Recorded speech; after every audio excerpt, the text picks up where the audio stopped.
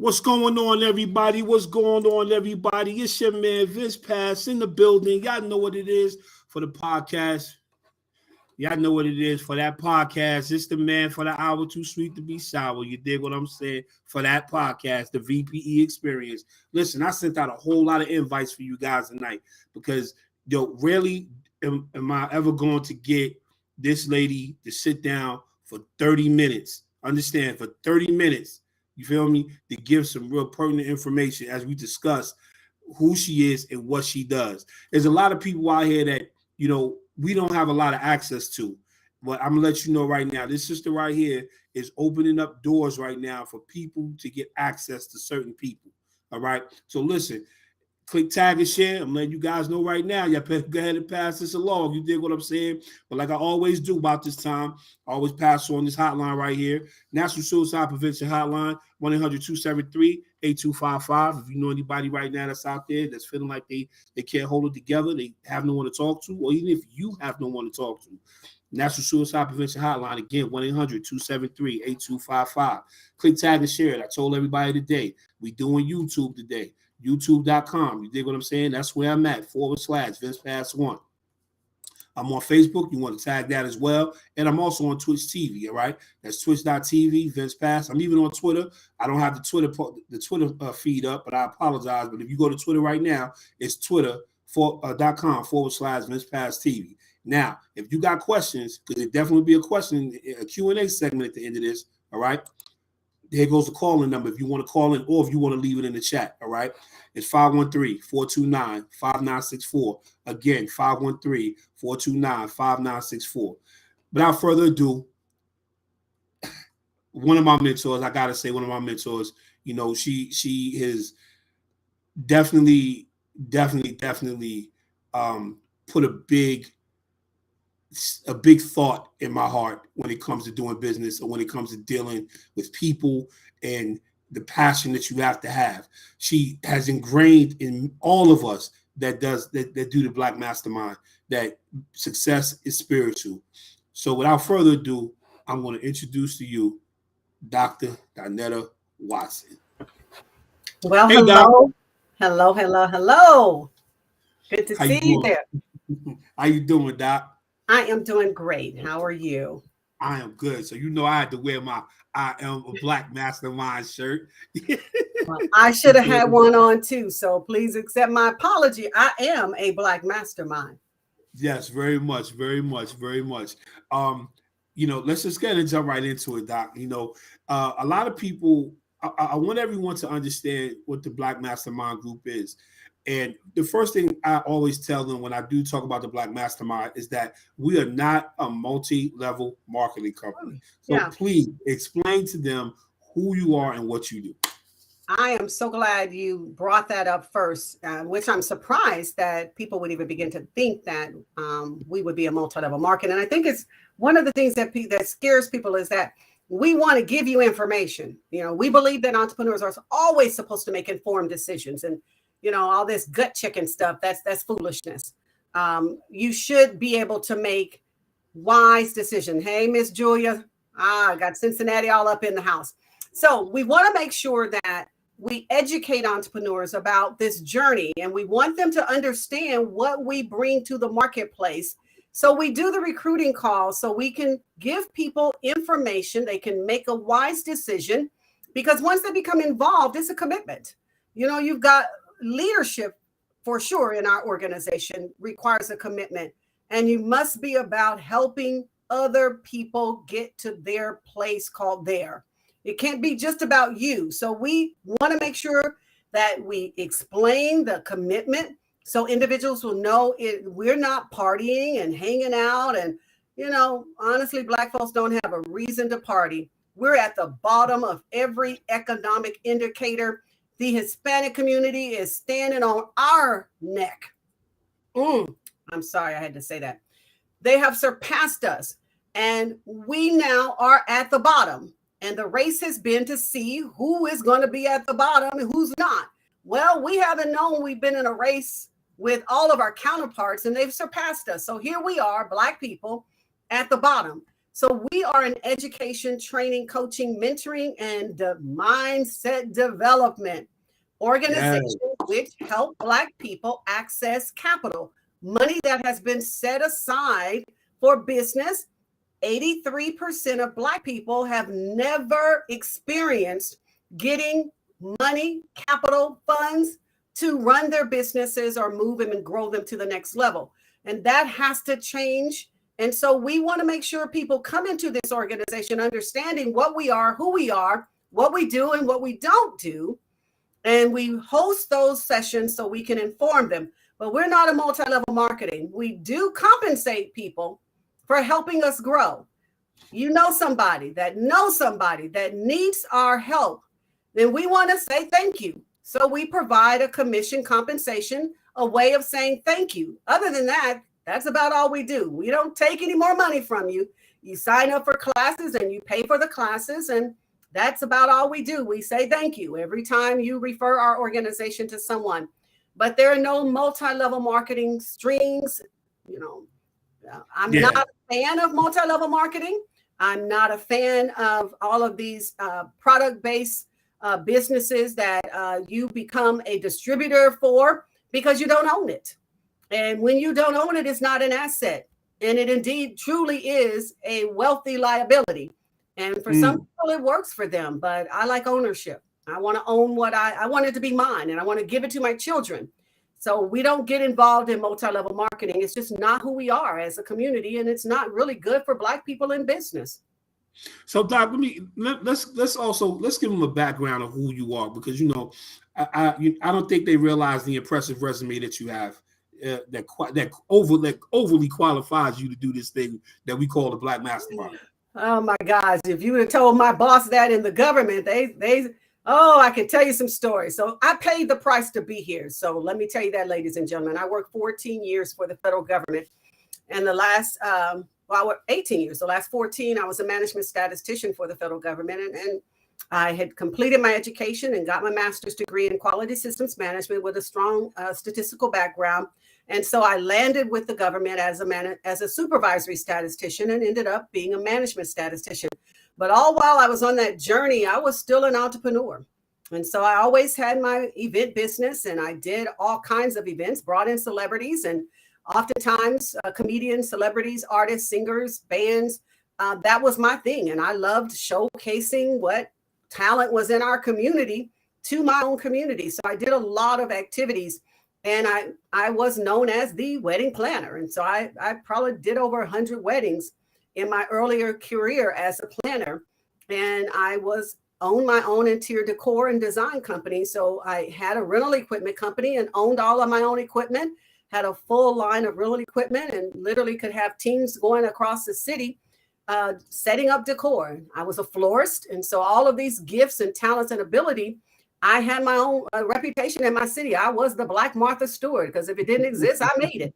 That was that's right. that was the level of creativity I operated in. And so I was known for that. So while I was working as a manager for the government, it was a very uncomfortable, absolutely horrible experience. And I knew I was an entrepreneur. So Dr. Bill Winston has a program called Joseph Business School. And for those of you who know Dr. Bill Winston, you may know him as a preacher. Dr. Bill Winston is a serious entrepreneur. They own their own mine, gold and silver mine company. They own their own bank, clothing store. Underneath their building is a spring well, and they bottle their own water. Walmart rented from their facility, their parking lot. Walmart, post office. He owned the whole strip. And that's an amazing businessman. And God led him to start a program called Joseph Business School. I became a student. I graduated from the program. And as I was completing the program, they asked me to become one of the adjunct professors for the program. We opened a school in Kansas City. I became one of the administrators over the program. And so this journey took a whole nother depth for me. And I'm a manager for the government, overseeing medical research studies for CDC. Hated my job, but loved what I did. Didn't like being in that environment where that predominantly white male environment told me I was stupid all the time. And when I made suggestions, I was ignored. And when my program was always number 1, 2, or 3 in the nation, but I got no credit for it. So as usual, we always creating something, getting no credit for it. Called into my boss's office one day and told that I was not a leader, and gave me this article about horrible leaders, and gave it to me and said, I need you to read this, because when I read it, it made me think of you. And that's insecurity operating. So I got so tickled at it after the fact, because she did everything in her power to hold me down. And when she was put in my seat and began to receive the type of unfair treatment, she left. And the very person that sat behind a desk and said, as long as I'm here, you'll never become a manager. Guess whose keys God gave me and whose desk and chair I sat at as I was a manager? Her desk. And the very day I put the key in the lock to open the door, God said, I got a sense of humor. I got the last laugh. And so it was a horrible environment, but I love what I did. And I excelled in everything that I did, to the point where I was even brought into Washington, D.C.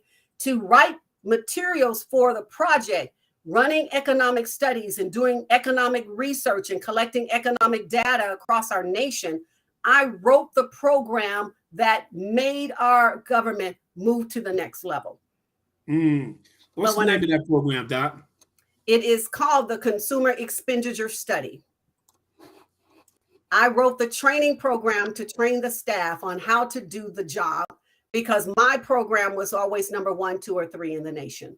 And they needed to know how I was getting those results. So when I became an adjunct professor for Joseph Business School, same thing happened. I saw that there was some areas that really could help entrepreneurs. And so I started training the entrepreneurs, not just how to write a business plan, but to write a plan and know how to run a business with it. And so my students were doing an exceptional job. And the dean of the school called me and said, what are you teaching? I didn't tell him what I was doing. So what are you doing? Because the students are doing so much better than all the other students that you're teaching. And so I shared with them, I know what it means to be an entrepreneur, and what we're teaching in the classroom doesn't match the real world experience, especially for Black entrepreneurs. And so I wanted them to understand what this journey was really like, and the level of understanding you had to have from a financial perspective being an entrepreneur. So I always trained them a little bit different. I didn't want them just to write a plan. And that's what most business programs will take you on the journey of writing a business plan. But that's not going to get you anywhere in business. You just got a pretty plan. If you don't understand how to work that plan, you just got a pretty plan.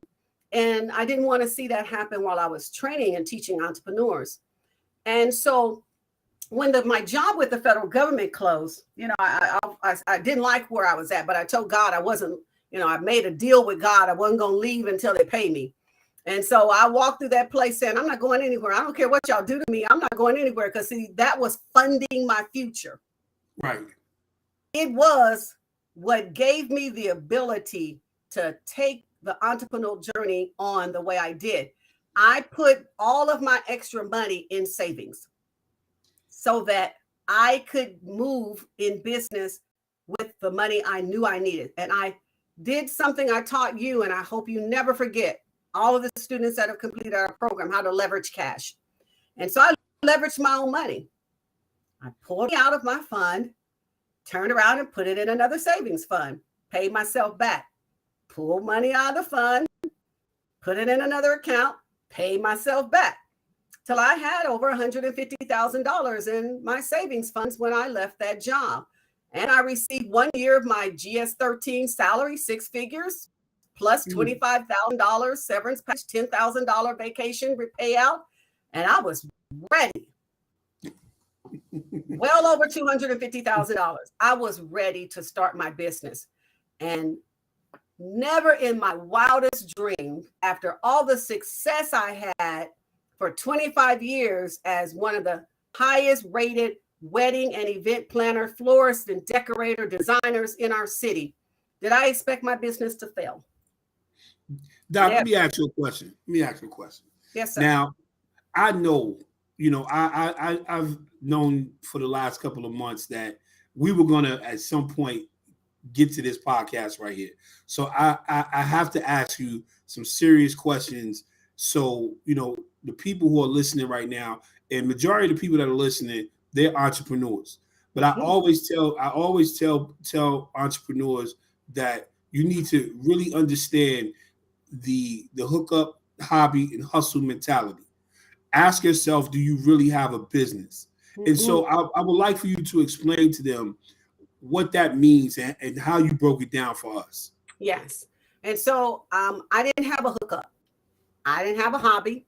I didn't have a hustle. I had a real business. So a hookup, well, let's start with a hobby first. That hobby is that thing you're doing and you're not paying taxes on it. You put the money in your pocket as soon as you make it, and you don't claim it on your taxes, and you don't report it. You don't have a business bank account. And so it's a hobby. You do it when you want to do it. And when you like to do it, you do it. If you don't want to do it, you don't do it. That's a hobby. That's not a business. And so you may call it a business, but it's a hobby, because if you don't feel like baking, you ain't baking. And you don't feel like cooking, you're not cooking. You don't feel like doing hair, you're not doing it, because it's a hobby. When it's a hustle, well, listen, no hobbies, hookups. So let's deal with the hookup. You take care of me, I'll take care of you. That's a hookup. And so a lot of people jump into situations because someone hooked them up. I'm going to take care of you. Let me give you this. You didn't know anything about what you were doing. And the only way you got there is because somebody hooked you up. And so we do a lot of hookups today. We call us partner. We call ourselves a partner. We have no legal partnership agreement.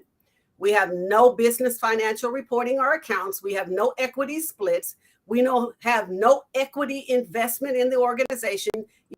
We just gonna do this together. We hook up. Hookups are not good for you, because one of the hookup people that eventually they're gonna get tired of you and they're gonna want to get out of the arrangement. And so there's no legal documents binding the actions of either party. So you just got hooked up.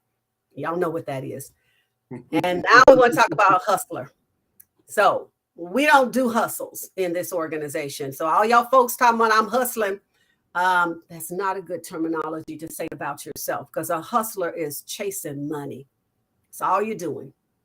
You got 10 things going on, and it has absolutely nothing to do with your future, your assignment in life, your destiny, your requirement for success. You are just a flat out money chaser. You're a hustler.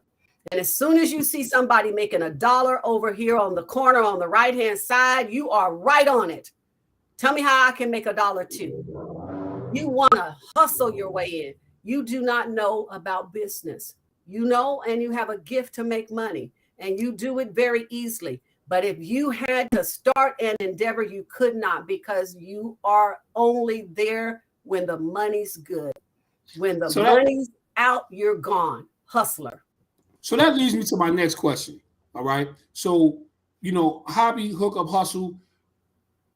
Man, I know a lot of guys who had to sit down and they had to get up under somebody.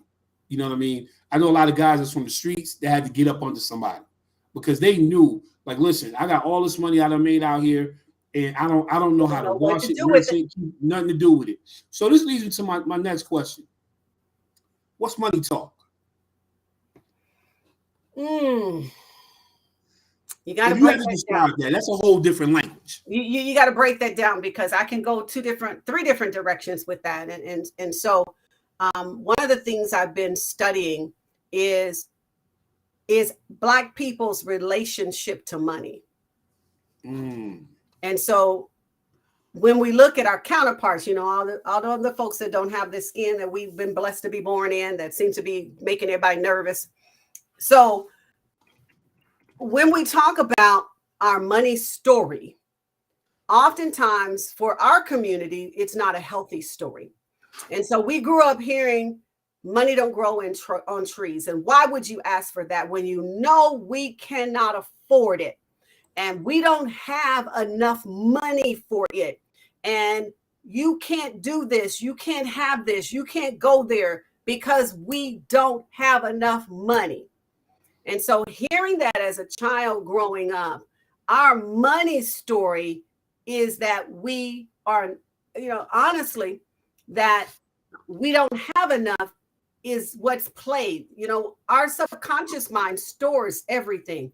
And so I spent a lot of time really researching, and some of the things I kind of need to kind of go back and look at how I did my writing for my thesis for my doctorate degree. But what we did was we ended up absorbing those words from our parents, and it became part of us.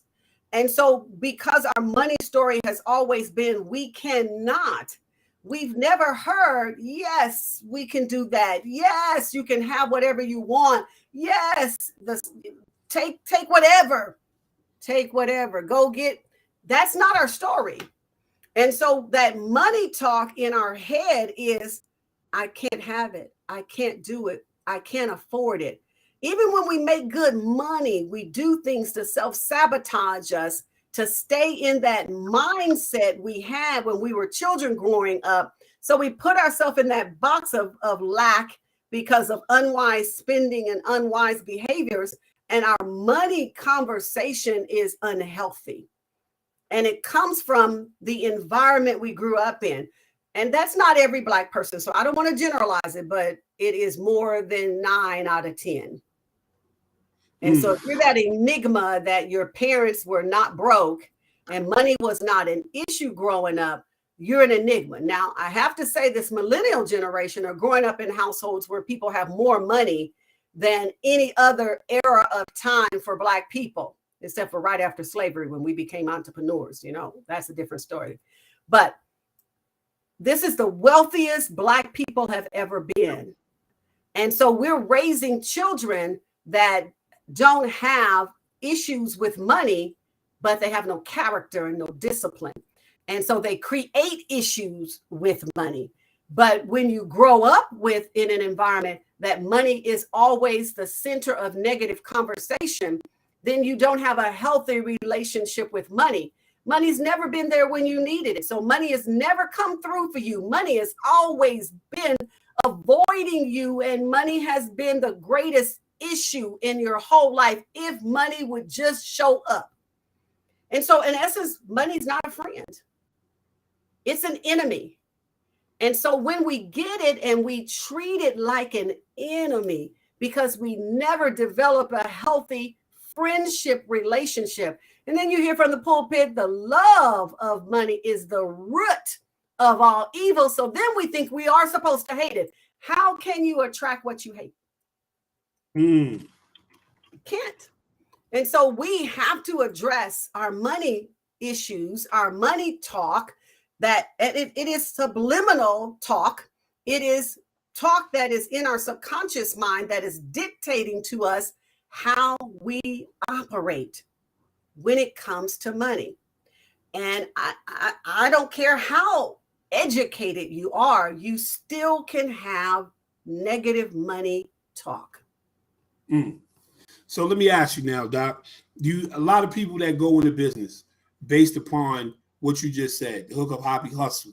They think they have it all together. So they go into business with the practices that are self-sabotaging, not understand what money talk is, not understanding that, you know, what you're doing, and you have things written down on pieces of paper and sticky notes and things like that you're making money, right? I have a question. Do you think when a lot of these people that went into business and their businesses fail, do you think they really understood the assignment? Now I want to preface it by, I knew my assignment. I understood my assignment, and my business failed. It failed because I couldn't access capital. It failed because I didn't know how to access capital. It failed because I bootstrapped my business operation. So I went through $350,000 in less than 5 years, and I had 1 penny left to my name at the end of this journey. I know business. I didn't know the financial side of business. I knew God called me for this assignment, and yet there were things that were happening. And now that I'm on this other side of it, I know I needed this. Oh, it was good for me to have been afflicted. I had to go through this because I had, for the first time, you know, I don't want to admit it, but I had some bougie tendencies. I had to admit it. You know, I have money in the bank always. I haven't been broke since my high school years. I knew how to handle money and make money. And I know how to make money grow. So I was doing all kinds of things. I always had money. And for the first time in my life, I was broke. Everything. Well, second time in my life, I grew up in poverty. And so the second time in my life, I was broke. But this time I had a deeper understanding that this God was in control. I didn't care how many prayer meetings I called and fast sessions I did and what I did. God needed me to learn this because I had to teach people how to get out of this rat race and how to get out of hookups and hobbies and hustles and how to get out of sole proprietor business models and get on the journey towards success and making wealth manifest. I had to go through that. Now, some people get to tell the story that they made $1 million overnight, and they get to tell you, but they can't tell you step by step strategies. I did this first, and I did that second, and I did that, and then I did this, and this, and then the money began to flow in over time. So they make it sound like I got up and I had this ideal, and bam, tomorrow I become a millionaire. Impossible, because anything that grows overnight is a weed, and it is soon going to get cut down. God promised that. So these weeds that are sprouting up is what you see on social media, and people want to take all these shortcuts so they can make money, but not produce sustainability over time. So we want to teach people how to create sustainability. You're going to make money, but making money is not enough. Generating wealth comes from owning assets. We don't know about owning assets. Then we don't know anything about protecting assets. So you might own a lot of real estate and gold and crypto and whatever, but you're exposed because you're operating in a business structure that allows Uncle Sam to come in and just absolutely ravage you when he gets ready to. So you're exposed. You have your back door wide open for Uncle Sam. And so now we know there are totally different strategies that we have to operate under as an entrepreneur, not just to generate money, but maintain money, because you can't be a cash poor, wealthy business. I must say that again. Hold on a second. Time out. You just said a cat. Okay, so that's like being house poor, right? House, Gucci bag, red bottom shoe, poor.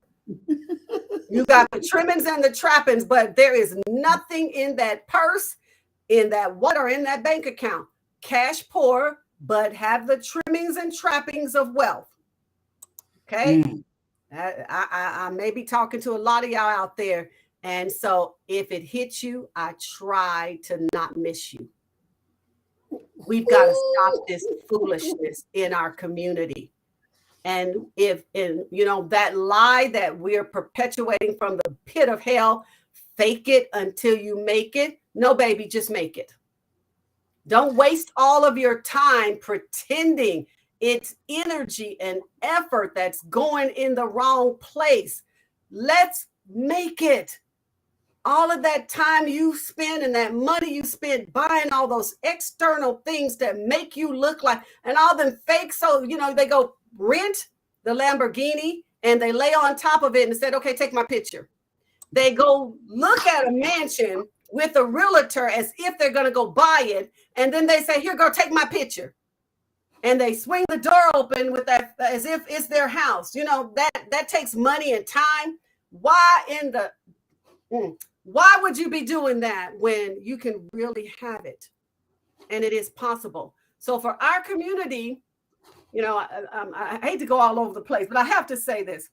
When I saw that video from the 1950s, how to sell to the Negro.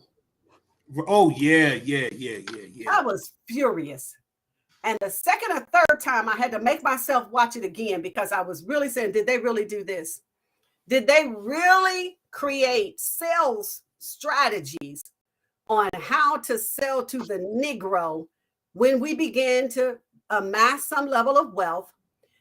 Because they knew looking good and looking like you were doing well was better than doing good. They knew that's how we thought.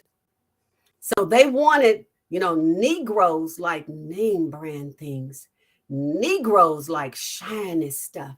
Negroes like things that make them feel, not look or be, feel important. I was furious. And I said, they had us pegged before we even figured out ourselves. They knew we were materialistic people. And we want to look like we're okay instead of holding on to our money until we are okay. Doc, I gotta say, man, listen, I expected a whole different conversation tonight. I'm sorry. No, it's all right. Because like you said, if I hit some of you out here, I'm not trying to miss you. And I'm glad that people are on here, really paying attention. Guys, I'm not that bad. No. Wait a minute. Yes, I am. I'm coming square for you. I'm coming all the way up in your private zone, in your private personal space, because this foolishness has got to stop. We have got to stop pretending that we're doing okay. That's emotionally, financially, intellectually. We are pretending that we are okay as a race of people, and we are not. And we've got to get the help we need so we can be healthy and productive and whole. And so I'm sorry. Yeah, Doc. I'm sorry, Doc. Yeah, finish your thought.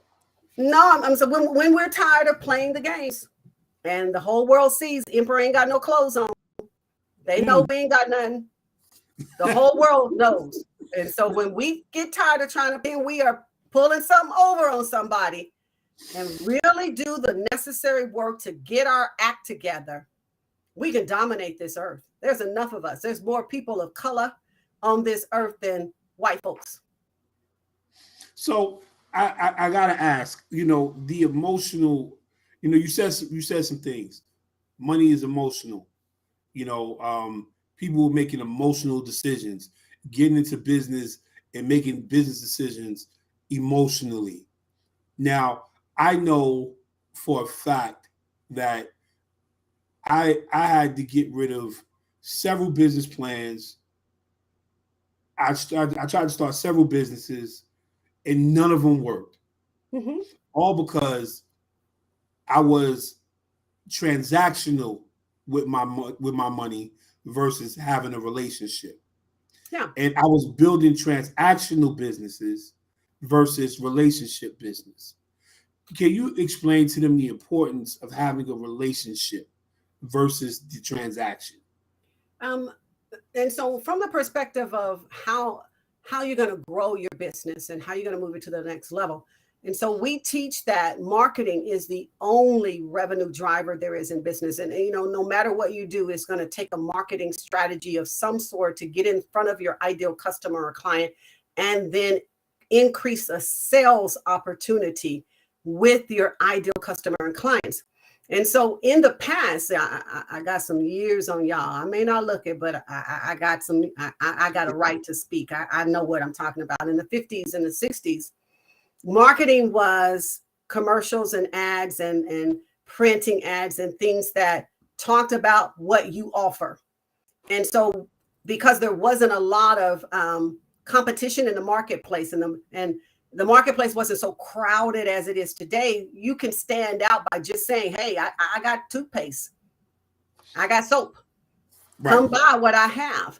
That worked for about a good, I think, you know, for white America, the 30s all the way up to the 70s. And so here, Black people started really advancing in business in the 70s and 80s and becoming recognized as entrepreneurs again in the 70s and 80s. And I said again for a reason. And we began to do what they did for marketing. Mm-hmm. And we became wealthy because we were part of the community, and the community supported us, and the community didn't have a place to go. So in essence, we had a captive audience that couldn't go anywhere else. And so when society changed and desegregation and all of those things took place and opened up for Black people to buy products and services anywhere, they were no longer captive by Black entrepreneurs. They can buy anything, anywhere. And so what we lost from doing business from in the 30s, 40s, 50s, 60s, and 70s, we did relationship business. And so we knew everybody in the community, and the community supported you because you were part of the community, and everybody was looking out for one another in the community, and everybody was wanting the community to succeed. And we wanted our people to have compatible services of our white counterparts. And somewhere along the pathway, we stopped living and operating with a community mindset. And so we stopped doing relationship business. It became strictly wham, bam, thank you, ma'am, lay the money on the table, good night. Okay? And Black people don't like to be bamboozled. And we don't like to be screwed either. And so eventually, Black people said, I can go somewhere else. And they did. And that's because entrepreneurs had lost the relationship component in business. It became strictly about a sex transaction. It had nothing to do with relationship. It was a one-night stand that lasted 10 minutes and 30 seconds, and it's over. That is what damaged the reputation of Black entrepreneurs. We stopped caring about the people we were called to serve. And it was strictly about making money. They began to not care about the decisions we made in our entrepreneurial journey. It was just about getting that paper. So I'm highly opposed to people who show up with that mindset. I go very far from them because they are an absolute hustler. They don't care about you. They want your money. They don't care about the product or service they give you. It is one transactions are done. They don't care if what you bought worked. They don't care if it was what you ordered. They don't care if it had quality. All they want is the transaction. We don't do business with people like that. And we don't hang around people like that because that spirit is very contagious. We want to do business the right way, developing relationships with people.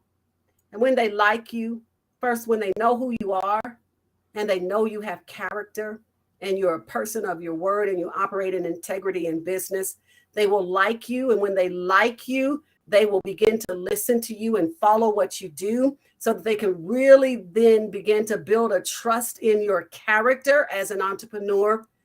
And then they'll do business with you. That takes time. Hustlers don't have time. So like Sean was on here this past week on Monday, and she electrified the crowd with a lot of the things that she was saying. Many of the things that you were saying. But there was a couple of quotes that she spoke of that you are actually touching on. And you're talking about serving the people. Yeah. Again, money, relationship, not transactional, business, being spiritual. Sean said two things that really stood out. I want to put one up on the screen, and I definitely want to hear your take on this.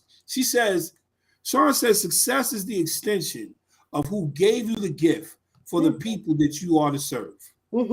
So true.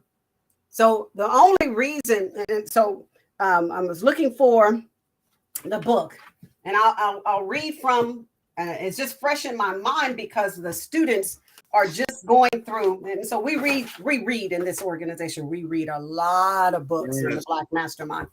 And so we were just reading Expert Secrets. And one of the things that we miss on our entrepreneurial journey is that we're called by God and given an assignment that will benefit other people. And when we do business to serve people, we then begin to do spiritual transactions because we're doing transactions not based on money alone. Those transactions are based on our belief that we are helping people get to their place of there, wherever that there is for them, that we help them get there. And when we do business from that mindset, that transforms who we are as an entrepreneur. Serving people first is a marketing strategy, but it is a business basic 101. Putting the customer first. You know, that's something that we don't hear a lot about, putting the customer first. And I'm trying to find that little, because, you know, we're trying to break down these walls of misinformation and miseducation in entrepreneurship for our community. And so it is turned into a get money. And that's not what it's about. It's serve people, and serve them so well that they are committed to your business, that what this whole experience that they get when they come to your business makes them say, I'm not going anywhere else. And so we don't do customers anymore in business. We create clients, long-term, contractual, loyal, faithful, because that's hard work. And so, and it's hard when we're dealing with color folks, you know. It's hard to create business models that you've really invested in your customers to where they become clients. And they're so loyal. They're not going to go to your competitor and come back and say, girl, I was tired and I wasn't driving all the way over to your shop. I went over to so-and-so over, you know, because you are not convenient. Customers say that. Customers say, so-and-so have it $5 cheaper. And so I drove over there because they had it on sale, but you sell it too, but it wasn't convenient. That's a customer. And so we don't go after those people. We have to now know how to build relationship business and no longer operate in transactions. And oftentimes we're as guilty as our customers. And when we as entrepreneurs change how we operate, we'll set a standard that our customers will recognize.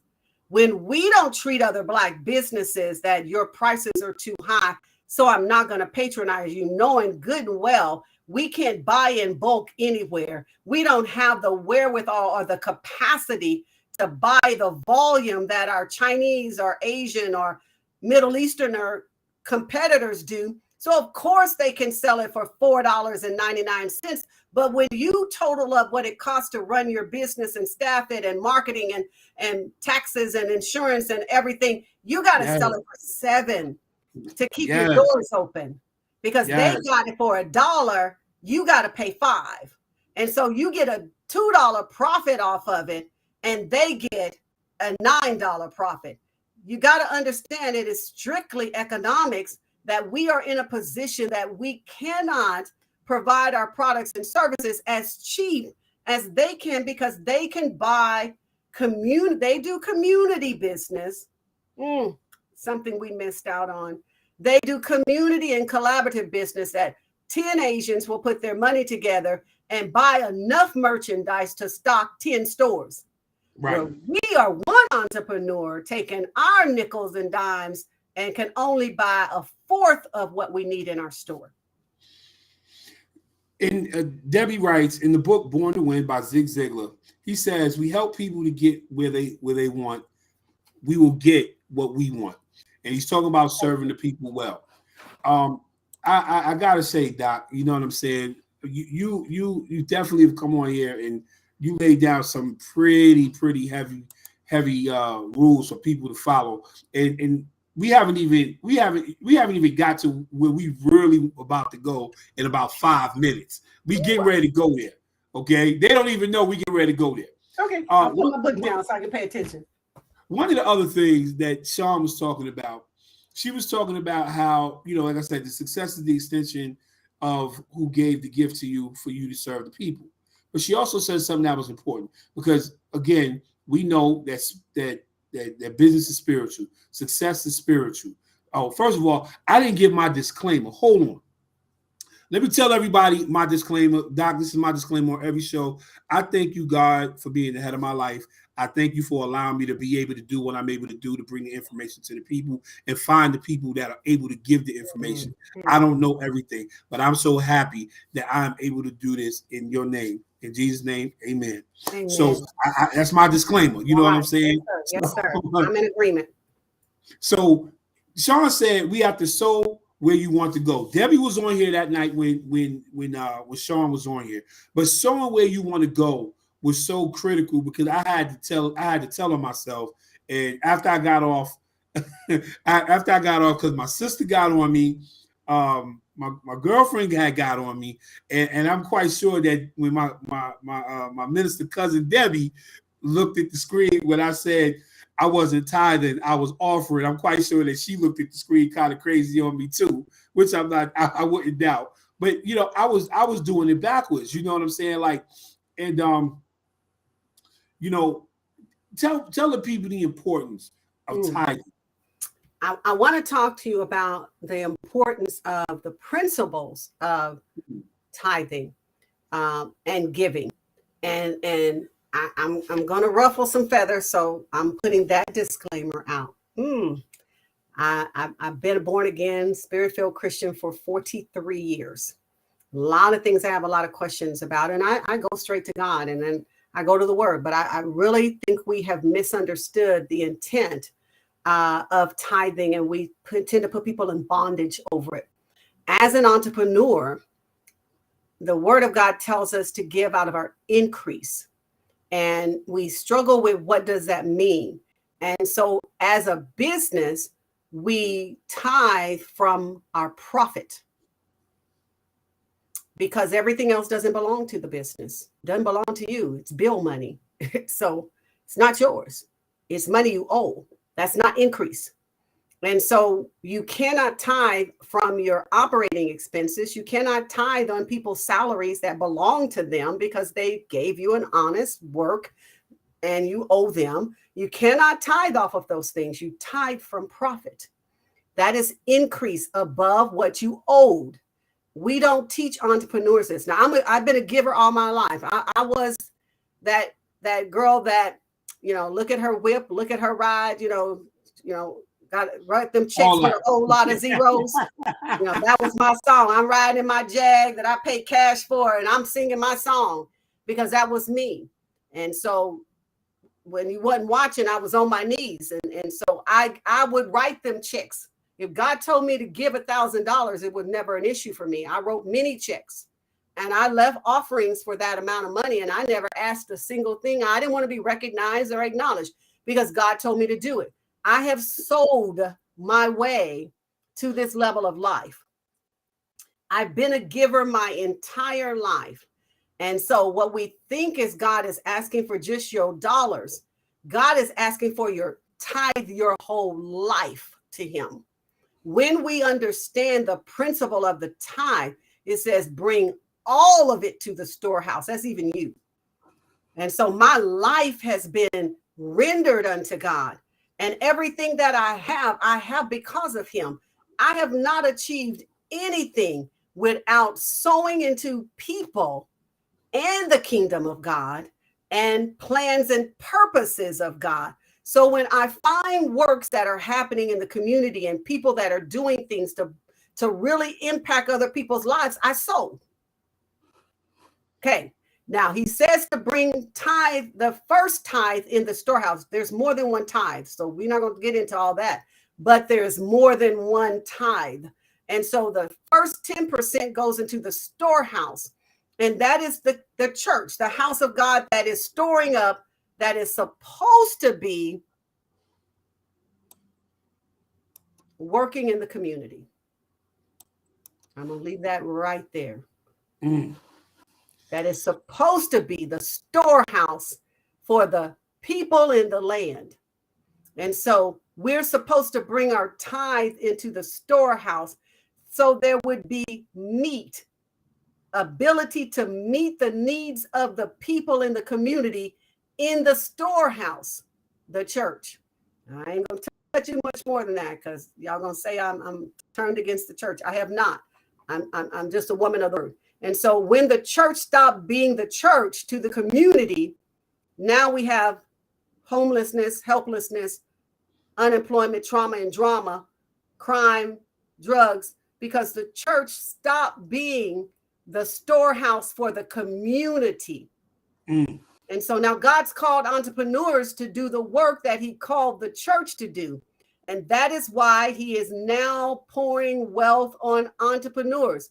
But let me tell you something. If you don't do what you have been assigned to do with wealth, he will judge you. Remember the parable of the servant and the master, whom he gave talents to. And one of them hid everything. That means they became selfish and they hid it for themselves and they didn't do what they were supposed to do. So for the first time in my life, I see so many people that grew up in the church, and we call them kings today because they have an assignment for the earth realm. They're not ministers. Some people get it confused because they are anointed. And so they start trying to start a church as an entrepreneur, and they misunderstand there is a difference. There isn't a difference between the anointing that's on the priest of God and the anointing that's on the entrepreneur. There's only one anointing. Many examples of the dispensation of it, the distribution of it, but it is one anointing. The same anointing that's on the man and woman of God is on the life of an entrepreneur, because the king provides the resources to do the work in the kingdom and in the land.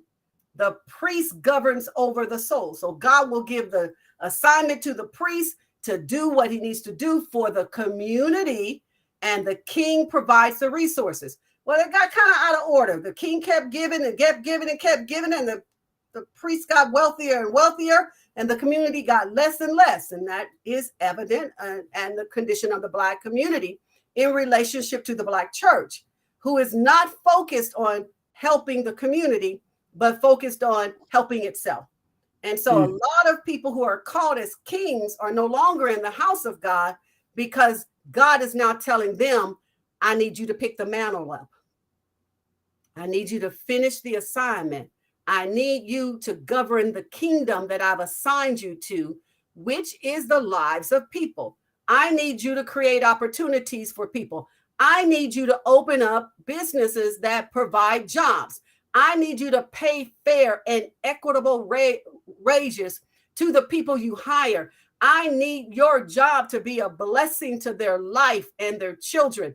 Where this should have been the church, God's raising up kings in the earth realm who will take serious the assignment to be a distribution channel of wealth to people.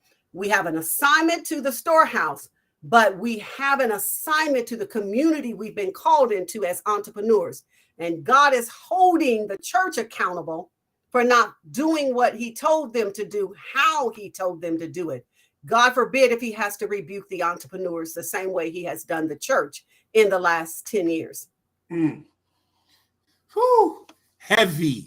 HEAVY. in the building. That's her nickname, Dr. Donnetta Heavy Watson, because you are definitely not missing tonight. OMG. Doc, listen, let's get ready to get into it because we got a couple of more minutes. I'm about to give you the floor. So listen, everybody, check this out. Give me a second. I need to do something real quick. All right. So listen, I talk and I brag about the Black Mastermind Group, right? We are here also in Cincinnati, Ohio, in which I am the director of the Cincinnati division. Yes, you are the executive director, and we're so proud of him for stepping into this amazing responsibility and assignment. What I would like for you to do, Doc, I know we talked about multi-level managing in the beginning. I mean, multi-level marketing in the beginning. That is what we are not. No. Okay. What I would like for you to do in these next 4 minutes is sum up Black Mastermind and why you believe that Cincinnati, Columbus, everywhere in the United States need to be involved in the Black Mastermind Group. Well, we are, ladies and gentlemen, the Black Mastermind Group is a charitable foundation. We're a 501c3, non-taxable entity. We don't use some other words because we must decree and declare a profit. And so we are a non-taxable entity. Our mission is to raise money so that we can offer scholarships back to our community to get the level of education, training, coaching, mentoring, and development needed to be able to sit in front of a lender and walk out of there with a check in their hand to move their business to the next level. This doesn't happen in our community. It doesn't happen every day. How do we do this? We don't know. Our home base is in Kansas City. Kansas City, Kansas. Y'all know about Missouri, but y'all don't know about Kansas City, Kansas, because we're about 10 steps behind Missouri economically. And so we started in Kansas because our mission and who we're called to is the urban core. The reason all cities are not investing in the urban core is because there's no tax base. And what produces a tax base? Real estate and business. And so residential real estate has no value in the urban core, and there are no businesses paying taxes. And so there are no funds coming from the urban core. And so city government says we're not investing back in that pit because it produces no return. Everybody knows you got to have a return on an investment or it's not wise to invest. We're saying put businesses back in the urban core to create a tax base so that it will provide the resources to put basic services back in the urban core. When you bring businesses of people who live in the community, we are praying that our community goes back to operating as a community, then the community will support it, not rob it, not bust its windows, not steal everything it has inside, but support it economically. When we act like a community, we can change the condition of our community through entrepreneurship. We get into communities through people like Vincent, who understand that this work must be done. And they put themselves as a leader in the organization. And we have a leadership team that must be in place in order for us to do the work. We operate from a team concept. So we need an executive director. We need an assistant director who leads the team while the executive director is the face of the organization and the community. They got to go to City Hall and the economic department and the government grant programs and say, give us the money that the government gave Black people. You know, all of those programs that were initiated because of COVID, that not $1 made it to the Black community. ARPA funds, all the government program. I can't even remember the first program. We're in the third government program, and not one Black community has been impacted directly because those funds are not being appropriated. But the president signed initiatives for these dollars to come to the disparity communities, and they haven't made it here. We have to have people that will speak on behalf of Black people and help get the door open in your city so we can come in. So we have an executive director, assistant director, someone that can speak to you through marketing and help membership grow. because we have to have a membership base to get the dollars. So when they ask us, who in Cincinnati are you serving? We have to have numbers, because we can't get funding to help our people if there are no people that want our help. So we have to build the community so that we can go to the city and the federal government and say, we got 100 Black people over here that want training. You have CARES Act dollars, ARPA funds. We have all of these government funds that you didn't use. Give us this money so we can train our community. Then we have a funding financial director who writes grants and helps us find philanthropic organizations that will have a consciousness toward the Black position and want to help. We can go to them and say, we've got 10 students that need to be trained, and we have 10 children entrepreneurs, youth entrepreneurs that need to be trained. This is what it costs to train them so they can become independent of your social programs and create a living and a lifestyle that impact the community. And we teach you how to create jobs for your community, and then they can see the return on the investment. We have an administrative support person that helps keep everything running smoothly and documenting everything. This is the leadership team. But we need to let the community know, when you become involved in our organization, yes, there are things you pay for. Membership is an initial fee, one time, not every year, not every month, not every quarter, one time, lifetime, $150. Then we turn around and spend $50 to send you some materials and a t-shirt and a wealth. And so about $100, and 75 of that $100 stays in your city. $25 covers our website and platforms and mail list and community. That $25 covers all of the services and systems we use to keep this organization running. Now, members pay membership dues, and right now, because of COVID, they're $29.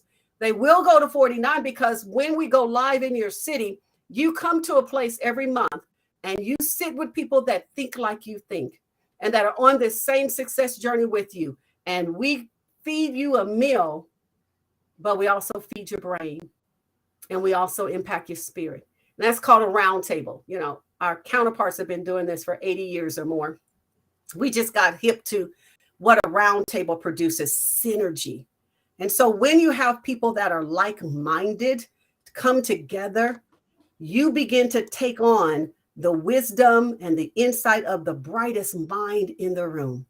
Synergy. And what does that do? It pulls you up without a lot of energy and effort.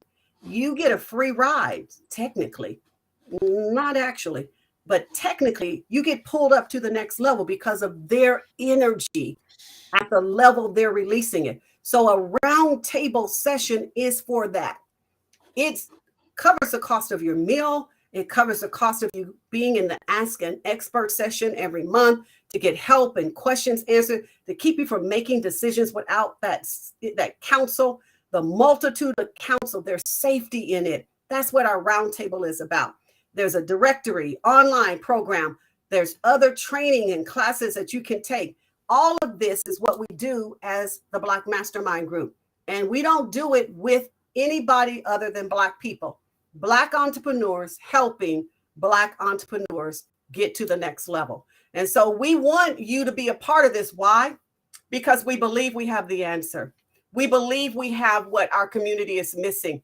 You will never generate wealth nickel and diming your own business and using cash. You get to the next level by leveraging and using other people's money. And we can't wait to teach you, Black entrepreneur, what our counterparts have known and have been using successfully to create businesses that are staples in the community. And that's what we need to see in every Black community around and across the nation. It's not a multi-level. We do invite you to things. We do talk to you about things, but we don't take money from you. And we don't require you to patronize certain number of businesses every month. We just want you to come in and learn and grow and develop and become successful and to produce wealth and to leave your children and your children's children an inheritance from your business. That's who we are at the Black Mastermind Group, and I'm sticking to it. Thank you. So all those that are interested in finding out more about the Black Mastermind, the website is down there on the bottom. It is the blackmastermindgroup.com. And of course, I'm in the Cincinnati area. Everybody that's probably on here still know how to get in contact me. But here is my email address, Vince Paz, Cincy BB, blackmastermind@outlook.com. So listen, I want to leave y'all with this. A friend of mine, Kenny Gordon, who is a friend of mine. I mean, we've known each other since 5-6 years old. He's actually a mentor of mine as well. I remember when I was going through things, Kenny used to tell me, well, Vince, it's your turn. You know what I'm saying? Well, because men, this is how we talk. And he was very, very straightforward with it. He said, Vince, it's your turn. So Kenny said to me, he read to me that actually he sent this to me. And he said that it's from Mark 4:16-19. Other people are like the seed planted on rocky ground. They hear the teaching and they quickly and gladly accept it, but they don't allow it to go deep into their lives. They keep it for only a short time. As soon as the trouble or persecution comes, because of the teaching they accept, they give up. Others are like the seed planted amongst the thorny weeds. They hear the teaching, but their lives become full of other things, the worries of this life, the love of money, and everything else they want. This keeps the teaching from growing, and it does not produce a crop in their lives. I read this to you guys tonight because we have to learn to not operate as Black people from the place of ego. We have to stop the crab in the barrel mentality that has kept us in this place of running in place for years. When we begin to open up and accept and sit down and really listen to wisdom, take the time to listen to wisdom. Stop being around people that are taking your energy, that are not doing what you're doing, because the truth of the matter is everyone is not going where you're going. You can't bring everyone with you. That's family included. Okay? The reality is, on the journey that you go on in business, you're going to meet a whole different group of people. But you have to leave your ego at the door. When you walk into the rooms, you got to leave your ego at the door. You have to leave your pride at the door. And I hope after this podcast tonight, the few of you that was on here, pass this on. Let them, click tag and share the video. And you have to ask yourself the honest question: did I understand the assignment of what I wanted to do when I started it? You have to ask that question, because if you struggling in your business, you don't have a profit in your business after three or 4 years, you don't have a business plan that shows the forecast of your business 3 to 5 years out. You can't sit down and begin to evaluate your business, and you don't have other people who are willing to invest in you. I'm not saying you are not an entrepreneur. What I'm saying is you might just be on the wrong assignment in what you're doing. And this is when you have to go to God and find out, listen, what do you want me to do? Yeah. So my cousin, I'm sorry, she just made me laugh. So I want to talk to y'all matter of fact, Doc, the conference. Let's talk about it. Yes. Thank you. And so every 6 months, we graduate the students that complete the program with a conference weekend. And so this weekend, June, this is so pivotal for my community. For the very first time, we have a Black mayor. For the first time, we have been given space as Black people to express our gifts. And so our city is partnering with us to do a conference weekend. We open on June the 16th with an expo highlighting Black businesses. It's going to be so powerful. And so if you're in Cincinnati, you're just a plane trip away. Get here. I don't care how you get here. 5 hour drive. 5 hour drive. 5 hour. Okay. And I'm a road warrior. Yes, ma'am. Kansas City, Kansas. The conference will be at our community college. And so they're opening up the college and allowing us to host the expo there, which is kicking off our event. Then on Thursday, June the 16th, on Friday, June the 17th, you know, Dr. Watson ain't one of them that party and all that stuff. So I got to do everything that's strictly about business. So on the night of the 17th is our white night. It is networking. We're going to have some real networking sessions, Black folks getting to know other Black people in business and learning how we can really work and collaborate together in business. But it's an outdoor event, cocktail event, but strictly built around our opportunity to get to know other entrepreneurs in business. That's Friday, our white night event. Then on Saturday morning, my business mentor, you know, I asked him to father me in business. The very first time I brought him to Kansas City, Dr. George C. Frazier. And so I asked him if he would father me in business. And he said, yes, I will. And from that day on, he calls me daughter from time to time. And you don't know how much of an honor that is to have the ability to call someone of that stature and ask questions. And so Dr. Frazier is our keynote speaker on Saturday morning, June the 18th. We have some amazing speakers lining up with him, breakout sessions in the afternoon. Then that night, we have our award dinner, and we're going to be recognizing Black people who have been successful in business. But we don't stop there, because a lot of us become successful in business and we don't do a thing for the community with our wealth. I'm highlighting Black people who became successful and stayed committed to helping the community become successful. And so we're also celebrating our graduates who have done an amazing job and awarding them as well. And that dinner is on Saturday night. Sunday morning is the brunch. And we decided to do our worship with brunch and the graduation. We have gospel music performers coming while we enjoy brunch. And then we go right into the graduation ceremony. And our desire is 12:30. You're headed back home on June 19th. Why? It's Father's Day.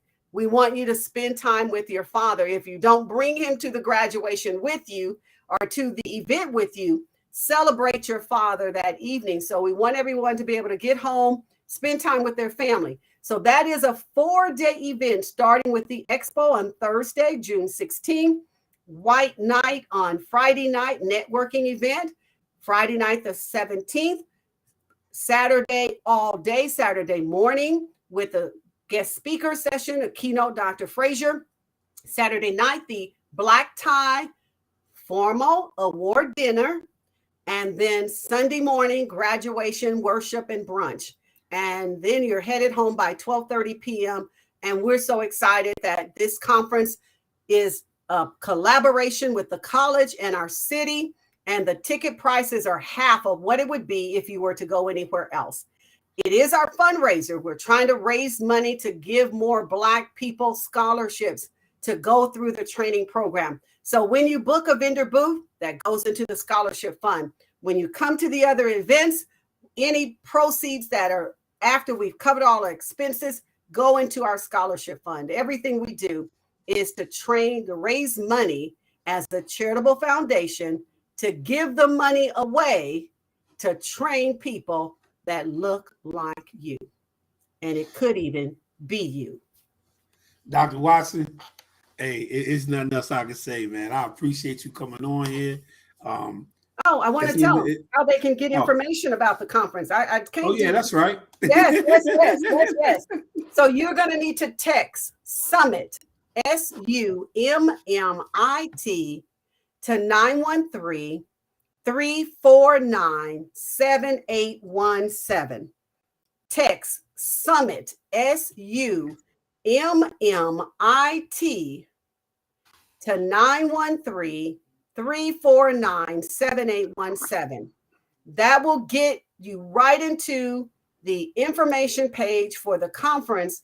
See the registration, see the hotels that we will be hoping that we can fill up in our city. The event, the area that we'll be in is called the Legends of Kansas City, Kansas. It is a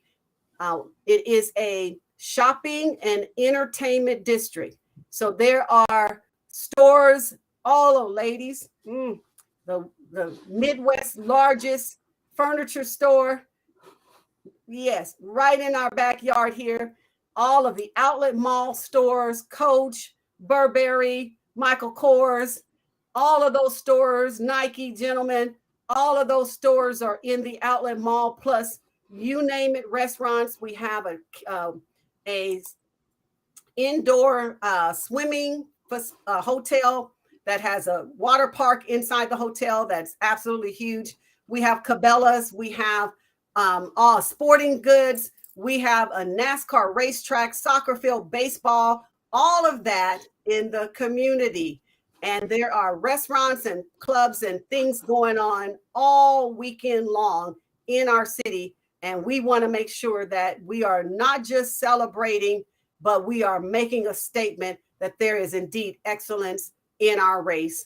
And it is our time, Black people, to declare it is our season to expand and to move to the next level. Okay. I mean, Doc, you don't put it all in there. You know what I'm saying? So listen, Thank you for letting me.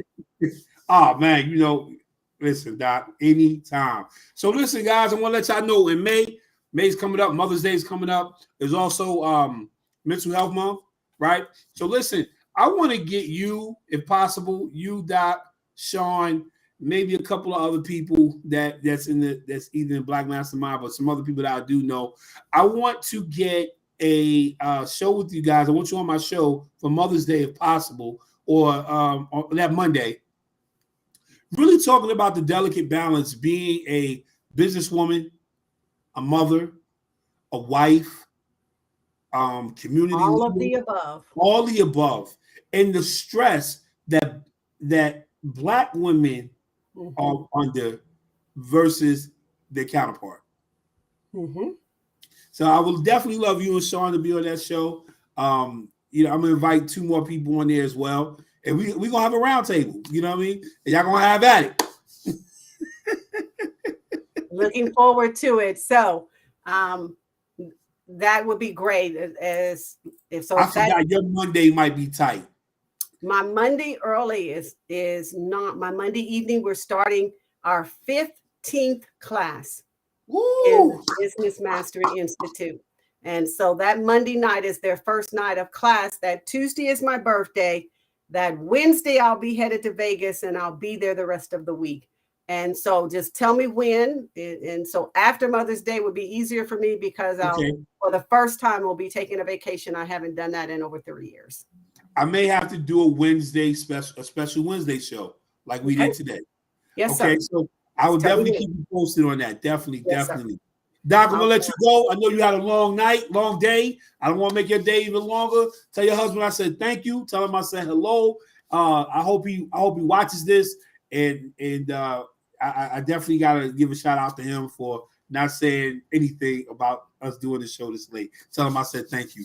But that's it, Doc. I got nothing else to say. I'm scared of that man.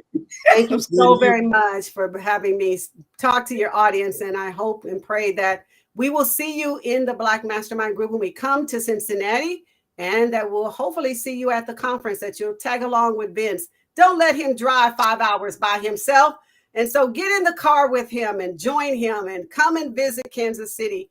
You're going to have an amazing weekend of fun, learning, experiencing new things and new people in Kansas City, Kansas. So thank you so very much for allowing me to talk about what I love, and that is being a Black mastermind. Yeah.